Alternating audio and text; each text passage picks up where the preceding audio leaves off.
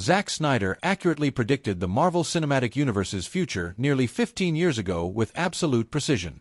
Welcome to Stats In. If you're just joining us, please subscribe and don't forget to turn on notifications bell for more video. Whatever one's opinion may be on the Snyderverse, people have to agree that Zack Snyder totally nailed one prediction about the Marvel Cinematic Universe. Almost 15 years ago, Snyder foresaw a superhero universe getting so bloated with content that it would eventually tire everyone out. And guess what? He wasn't just throwing shade, he was indeed on point.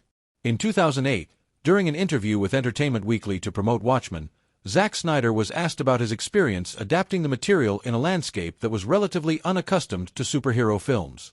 Since the MCU kicked off in 2008, it's been pumping out superhero content like nobody's business. But now, with the relentless flood of new content, the audience has hit a saturation point. The era of superhero fatigue, and Snyder saw it coming long before everyone else. At that moment, Snyder took the opportunity to unintentionally foretell the fate MCU would suffer in the future, particularly post-Endgame.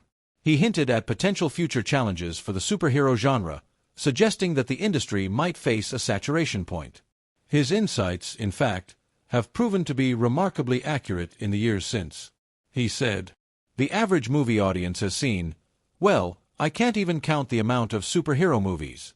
Fantastic Four, X-Men, Superman, Spider-Man. The Marvel Universe has gone nuts. We're going to have a freaking Captain America movie if we're not careful. Thor 2. We're on our second Hulk movie. And Iron Man, $300 million domestic box office on a second-tier superhero. And not to demean Iron Man, my point is that we all know about superheroes now. I can ask my mother, 'Mom, when the Hulk isn't the Hulk, who is he?' Bruce Banner. Why? What a weird question. I could ask her, what happened to Bruce Wayne's parents? They were killed at an opera. You're getting to that saturation level where superhero movies, it's hard for them to figure out what more to do. Snyder laid it out back then, and that too without hesitation. He admitted that while the MCU has done a stellar job pulling in audiences who might not know their Avengers from their X-Men, he predicted that eventually, the well would run dry. Fast forward to today, and it's clear that his prediction was spot on. Superhero fatigue has finally hit, causing a major downturn for the Marvel Cinematic Universe amid a genre slump marked by multiple flops and only a few blockbuster successes in recent years. Marvel Studios diluted its brand by pushing out numerous Disney Plus series and continuing to release 3 movies annually, even after the epic conclusion of the Infinity Saga. Despite this, Marvel's streaming shows were successful if one sees the bigger picture. When compared to the broader landscape of drama films and streaming series, superhero content still fared relatively well. To combat this problem, Marvel did introduce some measures, including Marvel Spotlight, that won't require any prior knowledge to dive into the saga. There is still a lot of work left to be done. With an extensive library of Marvel content on Disney Plus and the pandemic reducing theater attendance, audiences had less motivation to buy tickets for new MCU entries. Many weren't ready to dive into a new saga just yet. Well, although nothing can be said for sure, 2025 might be the year we finally shake off superhero fatigue. While a flood of content often leads to a sea of mediocre films, the future does seem hopeful. The MCU does have some good projects slated in the years to come that people are genuinely excited about. Only time will tell how everything will pan out. Despite this, Marvel's streaming shows were successful if one sees the bigger picture. When compared to the broader landscape of drama films and streaming series, superhero content still fared relatively well. To combat this problem, Marvel did introduce some measures, including Marvel Spotlight, that won't require any prior knowledge to dive into the saga. There is still a lot of work left to be done.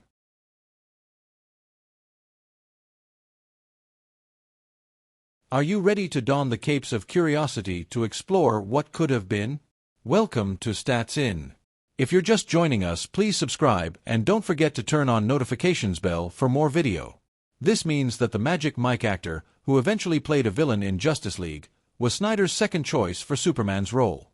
Have you ever meditated on the what-ifs of casting decisions that could have reshaped our beloved characters? Zack Snyder had a very valid reason for casting Henry Cavill over an actor who might have just been on the cusp of donning the iconic red cape, Joe Manganiello. The latter played Deathstroke in the DCU. It is exciting to peel back the layers of Snyder's Man of Steel, a film that sparked debate over its tone and portrayal of Krypton's last son. While the director's vision faced scrutiny for allegedly missing Superman's quintessential hopefulness, he himself pointed to a nuanced perspective on his protagonist's innate innocence, a characteristic he found in Cavill. Joe Manganiello, known for his roles in TV shows like True Blood and films like Spider-Man, 2002, was initially considered by Snyder for the role of Superman before ultimately casting Cavill. In an interview with MTV News, the director revealed that Manganiello was his second choice for the role, praising his talents and acknowledging his potential to embody the character. Superman needs the teeniest bit of innocence, not to be overt, but you like it to be there ever so slightly. I mean, he grew up in Kansas, that's just true, so you need a little of that innocence.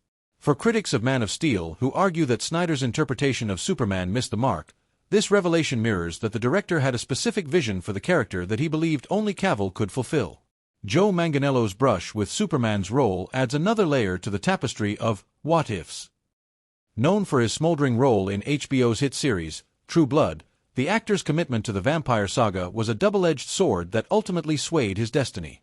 By choosing Cavill over Manganiello, Snyder made a bold statement about his understanding of Superman's character and the nuances required to do justice to the iconic superhero. In a candid revelation on the Happy Sad Confused podcast, he shared the bittersweet journey of nearly donning the cape before behind-the-scenes intricacies veered his path.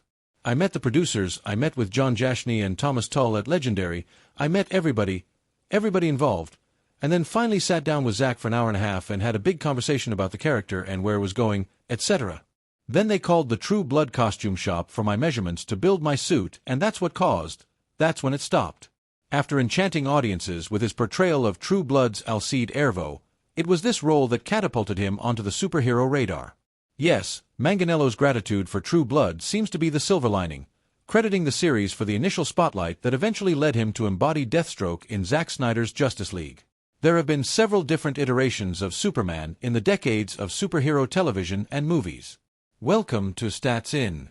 If you're just joining us, please subscribe and don't forget to turn on notifications bell for more video. From Christopher Reeve to Henry Cavill to Tyler Hoechlin, many notable actors have taken on this iconic role. Veteran director Zack Snyder's and actor Tyler Hoechlin's takes on the role of Superman during a similar situation showcases the creative difference.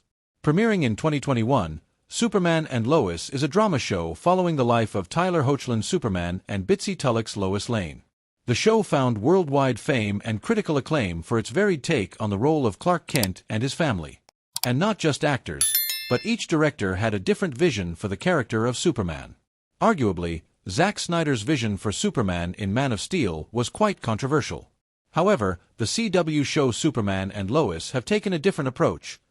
Cars and farmhouses are eroded and decimated. However, Superman and Lois showed one thing differently than Henry Cavill and Zack Snyder's Man of Steel.